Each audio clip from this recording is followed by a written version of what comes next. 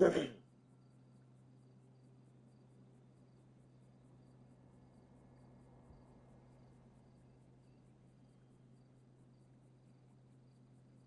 what the hell happened at the Pentagon on 9/11? Was it a large aircraft being piloted by a Muslim terrorist who had almost no flight training experience whatsoever and even advanced pilots who spent 30 years piloting the aircraft to pull off this maneuver? Yeah, that sounds like a fake story. Was it a missile that hit the Pentagon? Was it a small aircraft that hit the Pentagon? What exactly hit the Pentagon? And why are we being lied to about what happened on that day? Our next guest was an infantryman assigned to Alpha Company, the 3rd U.S. Infantry, Adam Eisenberg. He spent approximately 240 hours on site at the Pentagon between September 11th and the 30th. He was engaged in what was known at the time as Operation Noble Eagle, which was our nation's initial response to what happened at the Pentagon, you might recall. In addition to spending considerable time at the Pentagon, Adam witnessed a series, I think what he would call anomalies that happened during that time, before and after the event, which of course has inspired a massive amount of investigation and research that he has now in many ways devoted his life to getting answers for all of us, what he calls the Orion Project, to get to the bottom of this. And Adam has been kind enough to join us here on the show to continue down and get answers about what happened on 9/11. Adam, great to have you here on Redacted. Great to be here, Clayton. Thank you so much for having me and for also all that you're doing right now to promote 9/11 Truth. Thank you so much. Well, thank you. And we wouldn't be able to do this without courageous individuals who are putting their name, their livelihood on the line by coming forward. But I think we've made some progress because I think, years ago when we first started looking at this, there were people they were called conspiracy nuts, 9/11 truthers, they were lambasted. We just got through a week, recently here on the 9/11 anniversary where we had sitting members of U.S. Congress, Senator Johnson, former Congressman Dennis Kucinich, Kurt Weldon, and others, who are really moving this ball forward in a big, big way, trying to bring up, perhaps testimony in front of Congress, investigation. So I think we're making some headway. Would you say so? Absolutely think so. And, all the things that we've witnessed in the last 20 years certainly didn't do our country any justice, but we can now see the way that these members of the cabal operate. And so now that we can point to a lot of different things, we now have mainstream attention, and I think it's fantastic. So can you just take me back to that day and how you wound up at the Pentagon? What kind of capacity were you there? Sure. So we originally met into the Coast Guard, and my testimony is one of several hundred because we had several hundred people responding to the event. That day we were over at Fort Myer. We were preparing for a show called The Spirit of America, where we basically toured the country. It was kind of an outreach event where we showed the country what the military and the Army was really getting into. And so that was not happening. Actually, that was happening at the time. We were not at our base. Our base was Fort McNair. Full disclosure, I was not at the Pentagon when it got hit, but we were a part of the initial response to that event. And so we had to get back to our base when we figured out things were happening that proved to be very difficult. And prior to ever going on site, I witnessed, as Clayton mentioned, my first anomaly.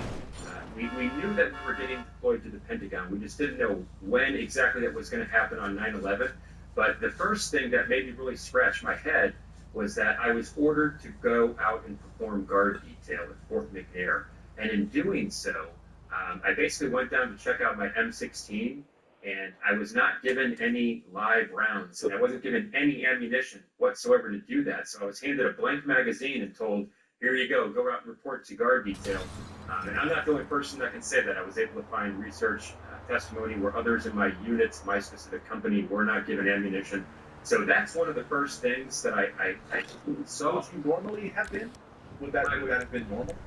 I would say so, simply because the other research I've been able to do into other units and facilities around the DC area, I have seen where they were given ammunition and there were people out in civilian clothes holding shotguns, things like that. Even the military police in my unit weren't given any additional ammunition that day prior to going on site. So that was a head scratcher, and I've been trying to figure out if that was a company decision, if that was a regimental decision, but that was really the first place where I started to see that something really wasn't making any sense. So you're not handed ammunition, you're not given live rounds, you're given an empty magazine, and you're told then what? Go and do what? So I had to go to the front gate of Fort McNair, where we basically beefed up the MP security force. Other people were doing roaming guard around the base, but I was told to go to the front gate. And I asked the MP, I said, "Did they give you any additional rounds?" They didn't give me anything. He said, "No, they get a few rounds from my pistol, and that's it." So I didn't know what really to expect at that point in time. I just knew if there was going to be an additional attack at our base, I really couldn't do very much about it. And so that's the way it went until early afternoon. Then we went on site and kind of got reports. Now, as I understand it from your notes, you were forced to sign a non-disclosure. That's correct. That's correct. Man, People in my unit were forced to sign non-disclosure agreements. I have not been able to get this non-disclosure agreement, but if we're in the process of going to an emergency, regardless of what part of the building we are going to be going into, because it was known that the Defense Intelligence Agency in that portion of the building did have some classified stuff. But still, that was a head scratcher for us. You know, we weren't given ammunition to perform guard detail, and now when we're trying to respond to this terrible incident, we're told to sign non-disclosure agreement. And what makes that even more interesting is that not everybody in the unit signed one of those. So some people can remember signing those, and some people can't. I haven't been able to get my hands on that document, but I would love to see what we were basically saying that we would talk about. The 9/11 Commission had interviewed you at all based on your experience in the Pentagon? Nope. No, in fact, when you look up members of our unit, they don't speak a lot in the official documents about our role there and how we arrived there. And so getting those answers has proven to be a very interesting and difficult task through FOIA requests. And part of my research is going to show the many different types of responses I've been getting from these agencies, where it's said that documents are referenced in the after-action reports. So, you know, we're not mentioned in the premier after-action reports, so it doesn't surprise me that we're really not discussing the 9/11 Commission. So now you show up on site. Now there's famous video from CNN and others. So I read the main video is from CNN. And I just want to play it here because this is the response of the reporter who's on site at the time. And he's being interviewed, I forget the name of Judy Woodward was interviewed at the time and asking, you know, what did you see? And he says, you know, he doesn't see any sign of there being an aircraft that hit the building watch. Actually, it was Bob Franken with an eyewitness who said it appeared that Boeing 757, the American Airlines jet, landed short of the Pentagon. Can you give us any better idea of how much of the plane actually impacted the building? You know, it might have appeared that way, but from my close-up inspection, there's no evidence of a plane having crashed anywhere near the Pentagon. No. The only site is the actual Lied. site of the building that's crashed in, and as I said, the only pieces left that you can see are small enough that you can pick up in your hand. No. There are no large tail sections, a fuselage, nothing like that anywhere around, which would indicate that the entire plane crashed into the side of the Pentagon and then caused the side to collapse. Now, even though if you look at the pictures of the Pentagon, you see that the floors have all collapsed. That didn't happen immediately. It wasn't until almost about 45 minutes later that the structure was weakened. Okay, so that was on CNN. Of course, they tried to bury this video, but we're happy to resurface it for them. When you arrived on the scene, what did you see? Yeah, I looked over at what allegedly was a plane impact into a building, and I'm going to say that the first thing that I noticed, because at the time I had no idea that our government was capable of doing something like this, and I don't think very many people did. But to quote a very close Alpha Company buddy of mine, and this is an official reference document, Matthew Colton, he basically just said, you know, I expected to see more. We expected to see a lot more damage. We expected to see aeronautical parts all over the place. We expected to see a lawn that was totally destroyed. That's just the expectations, I guess, that one could see or think that they would see based on a very large commercial aircraft impacting building, exploding, all this stuff happening. And it was very small. No picture really does the actual whole justice. And at that point in time, the building had already collapsed. At that point, the portion of the building where the plane allegedly hit was collapsed. And so it made it look even smaller at that point in time. So we were right outside of where the hole was allegedly happened. We were kind of back a little bit ways. We were less than 100 feet away from where it happened. And just not what we expected. I expected a totally different scene. I don't know if you guys have heard that shot disease is on the rise. Yes, something else for us to worry about. There's a rare bug spreading a serious parasite. Most people don't even know they've been bitten by it. Now, Chagas disease spread by the kissing bug was long considered like a distant problem. We don't have to worry about that. But now cases have recently been detected in multiple U.S. states: California, Texas, Arizona, Louisiana, and Florida. Early signs show fever, get rash, fatigue, swollen lymph nodes. It might seem mild, and you're like, I don't have to worry about that. But yet, over time, this disease can bring severe heart damage, digestive dysfunction. Oh, now they saying this shit here. Man. Ivermectin and benzidol is the solution.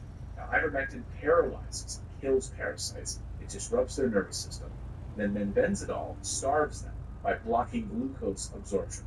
This potent combination delivers broad-spectrum defense against intestinal and tissue parasites. And each kit that it comes with is doctor-prescribed. It's compounded. I'm not talking about parasites. Boy, we stay getting fucked over by these liars. And then they thought to put shit out into the system and make it seem like what they saying makes sense. It's fucked up. We get fucked up. It is what it is.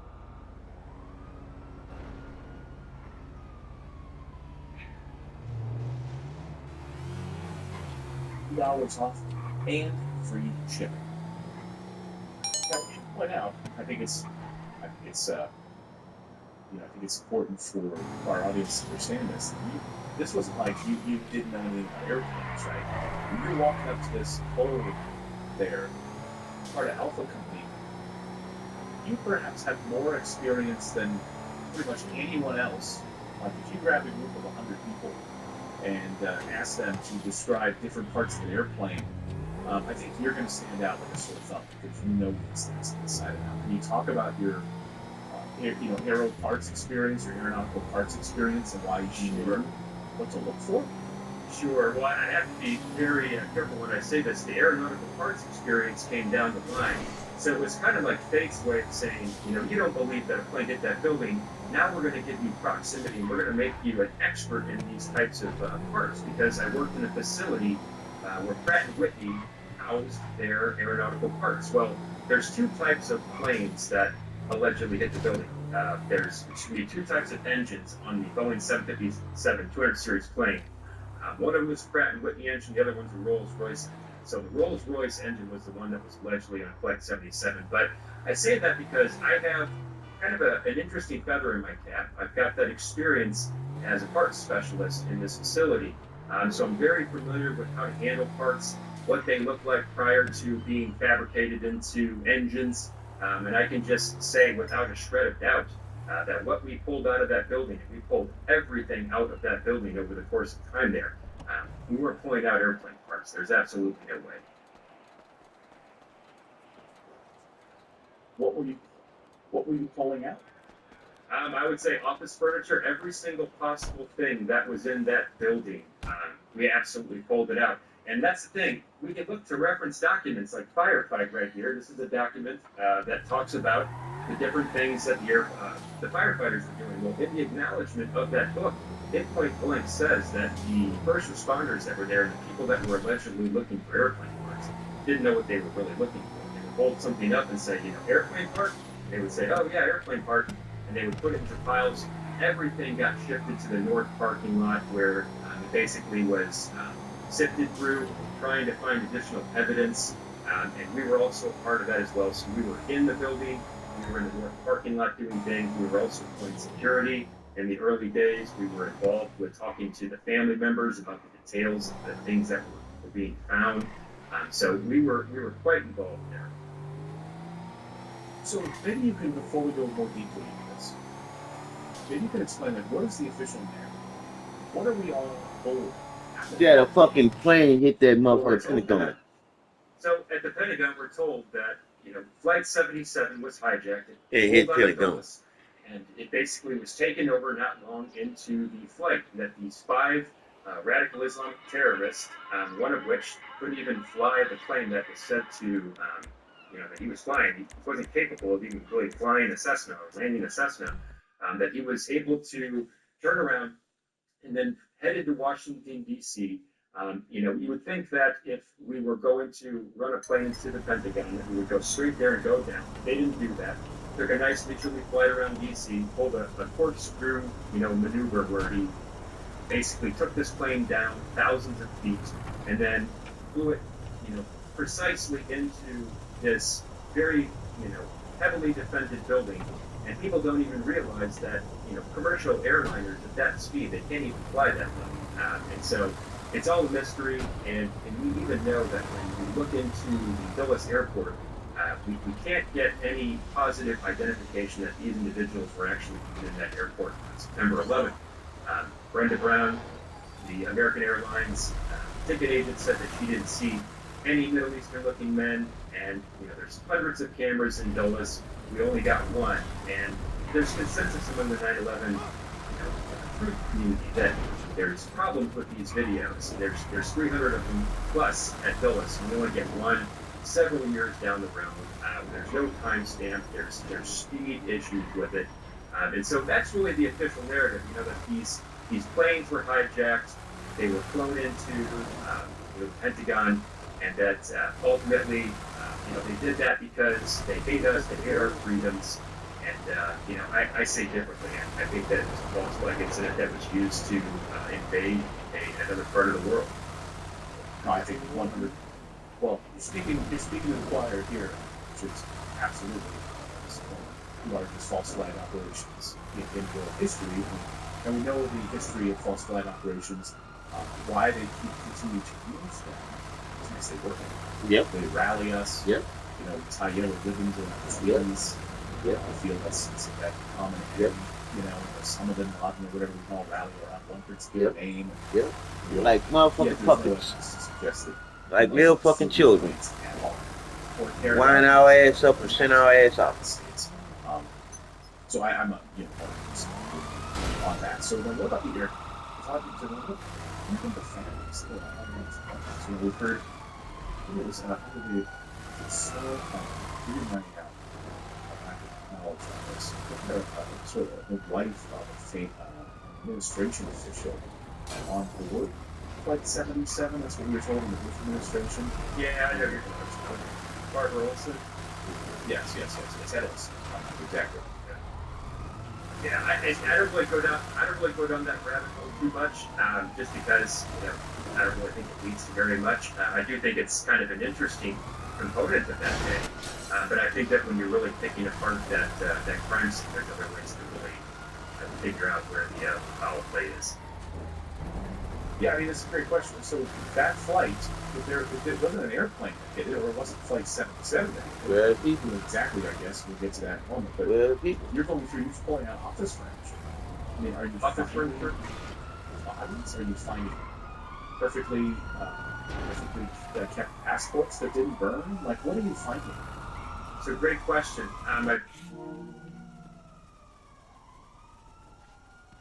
40 hours from the 11th to the 30th. So, we were in there quite a bit for a long period of time. Everything that I found looked as if it was a body that was inside the building at the time of the alleged impact. I never saw any bodies that looked like they were in an airplane.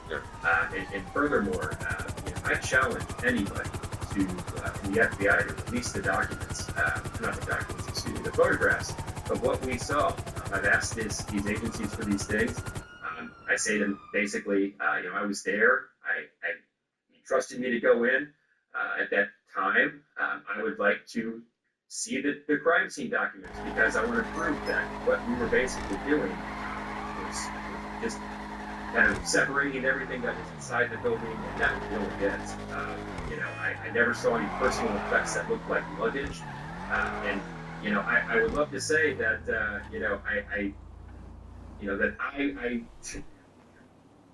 don't know. I just wanted to tell you, I don't know how we've gotten to this point, and we can look at all this evidence and have people that were on Polo Gallup. Well, And you we gotta still help are people keep here still. so many years later, still trying to figure it out. Well, It's going to be so frustrating. I mean, for you, there, witnessing this, seeing all these anomalies, you're not finding luggage, you're not finding bodies from an airplane, you're not finding any airplane parts. So, what the hell do you think hit the Pentagon? I mean, was there any evidence of a missile? Was there any, because I've seen reports from others who've been following this for very many years saying that they believe it was a small aircraft, like a small jet, that, like you would think like a fighter jet that flew into the Pentagon. Any evidence of that? Any evidence of a missile? What do you think you found? Well, I think missiles explode tremendously, and the inside of the building still had a lot of form in a lot of ways. And the thing that really, the scene that stuck with me the most, and this is why I say, I don't know what does these. This sounds something specialized, but there was a conference room that was not along the alleged path of the 757, and the people that were in this conference room were still kind of sitting in their chairs. Some of their faces were burned and badly burned. It had some melted, some of it was not. And the details around the room was still pretty much there. I mean, it was put together. There was no evidence of explosion. But I found a testimony, and this came from a Arlington County firefighter, a captain by the name of Charles Gibbs. He was the training captain, and he said, we were finding people that would look like they were asleep. And I mean, I'm talking like this, and it's, that's a captain that was in charge of the training wing that has seen everything. And he basically then said in his testimony that the Department of Defense had people there and said, well, that's what happens when explosions occur. And so, I of course can't look at a lot of different, scenarios and say, this is a similar aircraft, crash, but if you look at other airplane crashes, you're going to find a pretty significant difference. And so I would say, I don't know what exactly it was, but I do know it wasn't a Boeing 757. And furthermore, I have to say, this is a fantastic question for people like Aldo Marquis and Craig Renke of the Citizen Investigation Team. They're pretty much the first pioneers that were interviewing witnesses, and they proved, Craig McKee was talking about this. I'm not sure why Craig was brought in to talk about it, but they proved that there's a north approach and there's a south approach. And the second that witnesses start talking about a north to the Citgo approach, it's all over. And so I believe personally it was something inside. Can you go back? I'm sorry, I don't understand that better. When witnesses start talking about a north approach, meaning north of the Citgo gas station, that something came in north of the Citgo gas station, when in fact the official narrative states that whatever came in, the Boeing 757 came from south of the Citgo gas station and hit the Pentagon going over 500 miles an hour. So, that's where I absolutely say you got to start listening to those witness testimonies. But then I have to give a shout out to Xander Arena.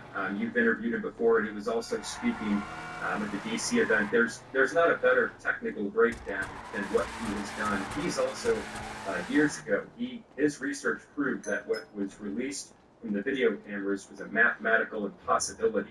And so he is basically taking evidence that's totally open source information, and he's working with AI, and he's doing a number of great things. I highly check out if you guys haven't heard his presentation, do so. But that's the thing, I try to put my finger on what it was. But I say, we don't have to really figure it out. As soon as we know it's not a Boeing 757 200 series airplane, that's really a wrap. And the witness testimonies that say it was, I challenge people to listen to those, because if you have children and you know what happens when little kids lie, the story gets kind of crazier and crazier as things go. So that's another way to kind of break down the crime scene. what's interesting about these flights, these alleged flights, that they were fairly empty.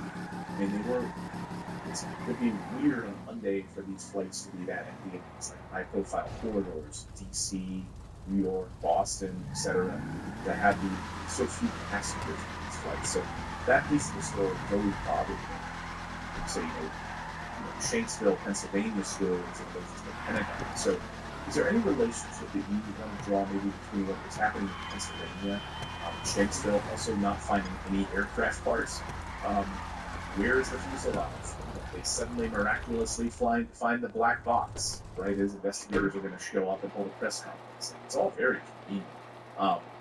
But very anomalous given normal types of airplane crashes, Shanksville, Pennsylvania. But there seemed to be a connection between the two of them, or at least that's what we're told anyway, that there's some sort of connection between the Pentagon and Shanksville. What do you say?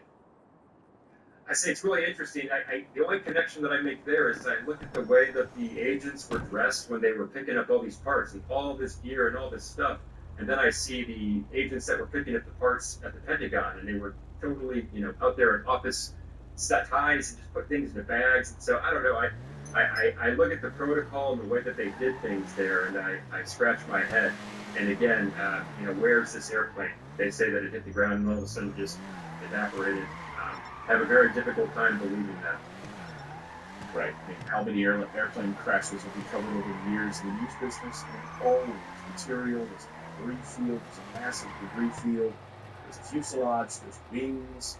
But that's anything like that, of course. So, well, the Arlington firefighters unit, Air Florida Flight 90, that's pretty much what totally kind of set the stage for DC and Virginia's regional response. And if you look into that air crash, I mean, sure, hit a bridge going, a lot slower, but they were pulling pieces of wreckage, very big pieces of wreckage out of the river there. So, why do we see wreckage at these other instances and not there?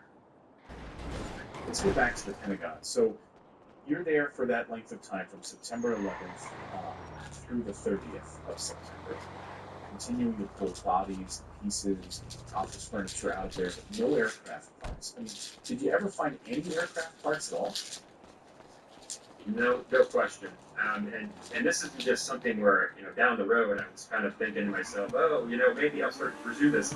I was saying from very early on, there's soldiers that were in my unit that testified to this in my book. I've been saying that this was something different than an airline attack for quite some time. So no airline parts. So pretty much across Alpha Company, but pretty much across your entire group. How many total were there for this effort? The whole entire company came as long as you weren't engaged in another form of mission. The whole regiment, actually. So there was over 100 people from our company alone. The records that I've been able to get show that between 600 and 700 people were on site from the old guard as soon as they could get there. So in my study of the events, I found that there's really three categories of people. The vast majority of people fall into my camp, where they don't remember seeing anything. The other second group, the second highest group, I guess you could say, they've compartmentalized it. They've kind of forgotten about a lot of the details. And then there's a very small group of people that claim that they saw parts, and I asked them, okay, what type of parts did you see? And he said, well, I saw a chair. I said, okay, did you see any other chairs? Do you think it was an office chair? How?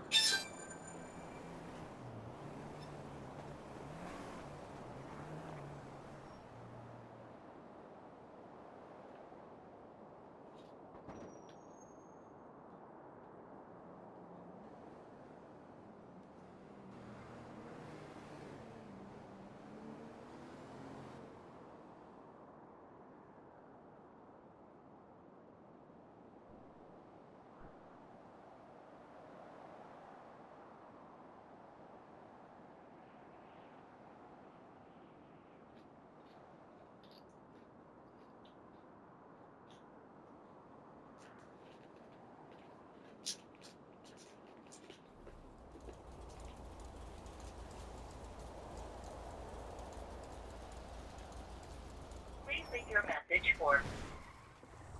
You've reached 678